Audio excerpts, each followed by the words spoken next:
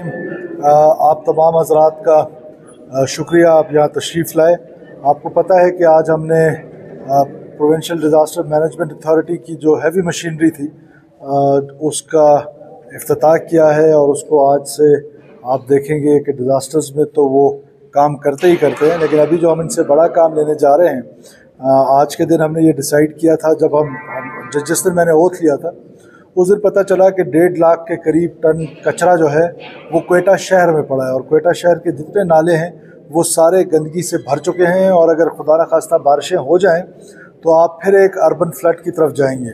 तो इन सारी चीज़ों को मद्देनज़र रखते हुए हमने कमिश्नर क्वेटा को कहा था कि वो एडमिनिस्ट्रेटिव का चार्ज भी उसको दिया था, एडमिनिस्ट्रेटर का, और उनको कहा था कि टास्क किया था कि विद इन 2 मंथ्स आप ये सारा कचरा उठाएंगे। लेटर ऑन पता चला कि जो हमारी कैपेसिटी है उसकी कॉपरेशन की, वो उस तरह नहीं है कि वो सारे नालों को साफ़ किया जा सके या उस कचरे को उठाया जा सके। तो उसके लिए फिर हमने पीडीएमए की जो मशीनरी थी और जो मैन फोर्स था उसको यूटिलाइज़ करने का कहा, और आज से ये सारी टीमें जो हैं आपको बल्कि कल रात से नज़र आ रही होंगी, ये 3 शिफ्टों में काम करेंगे, डे एंड नाइट।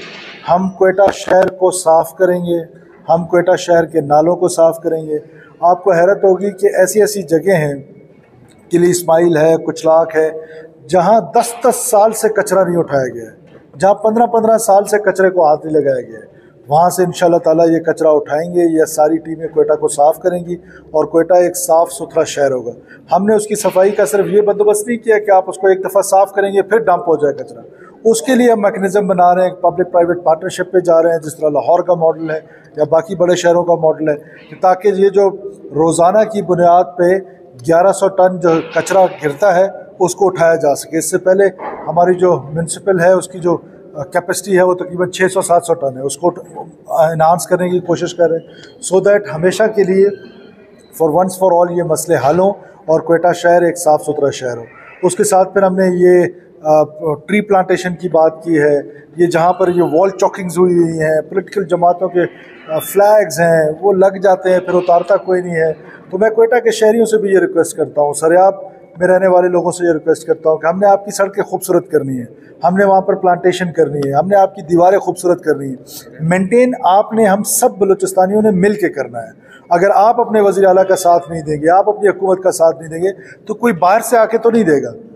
लिहाजा हम सब ने मिल के न सिर्फ क्वेटा को खूबसूरत करना है, हमने बलूचिस्तान को खूबसूरत करना है, हमने साफ़ सुथरा रखना है अपने क्वेटा को। सफाई निस्फ ईमान है। आपके लिए हम बंदोबस्त कर रहे हैं, बड़े बड़े ड्रम्स रख रहे हैं, तो आपने उन ड्रम्स में वो कचरा रखना है, वो डालना है। तो वो डालेंगे तो हमारी कैपेसिटी जो है, वो जो हम कैपेसिटी इन्हांस कर रहे हैं अपने लोगों की, तो वो तभी जाके ये एक फ्रूटफुल होगा। अलावाजी आपको पता है कि हम जिस तरीके से क्वेटा हमारी प्रायोरिटी है, हमारे जो पैराफ्रीज हैं वो भी उसी तरह हमारी प्रायोरिटीज़ हैं, डिविजनल हेडक्वार्टर्स हैं। एक तो ये हमारे पे इलेक्शंस बहुत ज़्यादा, पहले प्रेसिडेंशियल इलेक्शन, फिर एक बाय इलेक्शन, अभी फिर सेनेट का इलेक्शन।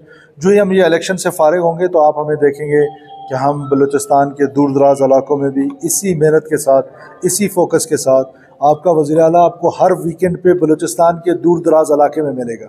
ये नहीं हो सकता कि सिर्फ क्वेटा जो है वो हमारा बेस रहे और बाकी बलूचिस्तान को हम भूल जाएं। हम अपने डिस्ट्रिक्ट हेडक्वार्टर्स को इम्प्रूव करेंगे, हम डिविजनल हेडक्वार्टर्स में जाएंगे, हम तहसील हेडक्वार्टर्स में जाएंगे, हम यूनियन काउंसिल्स में जाएंगे। ये नहीं हो सकता कि बलूचिस्तान के दूर दराज इलाके जो है वो हमसे इग्नोर हो जाएं। हेल्थ फैसिलिटीज़ हैं, एजुकेशन फैसिलिटीज़ हैं, आपको पता है हमने एजुकेशन और हेल्थ में ऑलमोस्ट एमरजेंसी नाफिज की हुई है। हम हंगामी बुनियादों पर उसको इम्प्रूव करने की कोशिश कर रहे हैं। सरकार, हुकूमत तकरीबन अरबों रुपए, 80 अरब रुपए हेल्थ में, 70 अरब के करीब एजुकेशन में पंप इन कर रही है। आउटपुट क्या है? पंजाब से ज़्यादा टीचर्स हमारे पास हैं, पंजाब से ज़्यादा जो है वो हमारे जो पैसे हैं वो लग रहे हैं, लेकिन उसका रिज़ल्ट क्या है? रिज़ल्ट जो है वो नहीं है जो हम चाहते हैं। तो उसको किसी न किसी ने कहीं ना कहीं पर गलतियाँ हो रही हैं, हमने उसको इम्प्रूव करना है। हम इंशाल्लाह ताला ये कैबिनेट फॉर्मेशन भी अगले 3 से 4 दिन में हो जाएगी, और हमारी कोशिश है कि यहाँ से हम बलूचिस्तान से जब हम इसमें कामयाब हो जाएंगे कि बलूचिस्तान में ये जो सेनेट का इलेक्शन है ये बड़ा इंपॉर्टेंट रहा है हमेशा। आज भी हमारी एफर्ट है, आज भी हम जमात इस्लामी के पास जा रहे हैं, बाकी पॉलिटिकल जमातों के पास जा रहे हैं। कल भी मैंने मुलाकातें की ताकि ये जो सेनेट का इलेक्शन है ये हम अनअपोज लेकर आएँ। This will be again a history in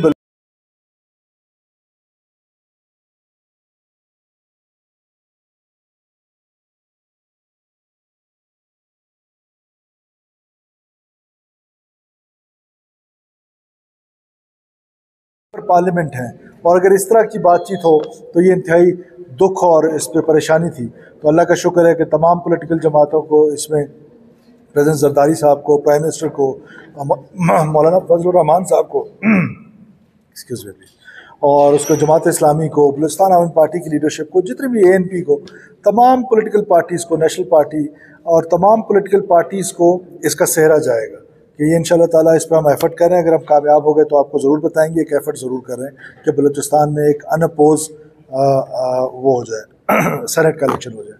thank you sir. CM साहब, अच्छा दिखाई दे रहे हैं कि सीएम साहब नहीं, हमें फ़ायदा किस में है? हमें फ़ायदा इसमें है कि ये कंटिन्यू रहे। बलूचिस्तान के आम आदमी को फ़ायदा किस में है कि वो कंटिन्यू रहे। जब मुझे भी फ़ायदा है, आम आदमी को भी फ़ायदा है, तो इसकी डिसकनेक्टिविटी क्यों होगी? क्यों हम इसको डिसकनेक्ट करेंगे? क्यों हम इसको डिसकंटिन्यू करेंगे? हम चाहेंगे कि ये प्रोसेस चलता रहे। मैंने आपसे कहा कि क्वेटा की सफाई सिर्फ ये नहीं है कि हमने एक दफ़ा 1.5 लाख टन कचरा उठा दिया, उसके बाद फिर हम इंतज़ार करें 1.5 लाख और जमा हो जाए। हम क्यों ऐसा करेंगे? हम चाहेंगे कि ये कंटिन्यू रहे। हम ऐसे सिस्टम्स लेकर आएँ कि वो सिस्टम्स फिर ऑटो पे चलते रहें, जो भी हुकूमत आए, लेकिन ये सफाई का निज़ाम जो है वो ऑटो पे चले। उसके लिए हमें जो भी पंप इन करना पड़ेगा, जितने पैसे देने पड़ेंगे, फंड्स क्रिएट करने पड़ेंगे, हम ज़रूर करेंगे। देखिए, बलूचिस्तान यूनिवर्सिटी के कल लोग आए थे, मैं उनसे मिला था, सारी उनकी मैंने बातचीत सुन ली थी। मैं हैरान होता हूँ कि ये किस तरह हम अपने यूनिवर्सिटीज़ को चला रहे हैं, किस तरह हम अपने सूबों को चलाते रहे। धड़ाधड़ बलूचिस्तान यूनिवर्सिटी में कंस्ट्रक्शंस हो रही हैं, धड़ाधड़, डिपार्टमेंट्स पे डिपार्टमेंट्स बन रहे हैं, बिल्डिंग्स पे बिल्डिंग्स बन रहे हैं, लेकिन तनख्वाहें नहीं है। ये किस किस्म की प्लानिंग है? इसको हमने ठीक करना है। हम उनसे मिले हैं, हम तनख्वाहें देंगे, वो हमारे बच्चे हैं, हम उनको ग्रांट देंगे। और फेडरल गवर्नमेंट ने हमसे ये कमिटमेंट की थी कि जो ग्रांट प्रोविंशियल गवर्नमेंट देगी वही फेडरल गवर्नमेंट देगी। प्रोविंशियल गवर्नमेंट ने 4 बिलियन रुपीज़ का कहा है, उन्होंने अभी तक 2 बिलियन का कहा है। तो मैं प्राइम मिनिस्टर से भी बात करूंगा, मिनिस्टर फाइनेंस से भी बात करूंगा, हम वो पैसे लेंगे, हम उनको तनख्वाहें देंगे। लेकिन खुदारा उनको भी सोचना चाहिए, बलूचिस्तान के लोगों को भी पता होना चाहिए।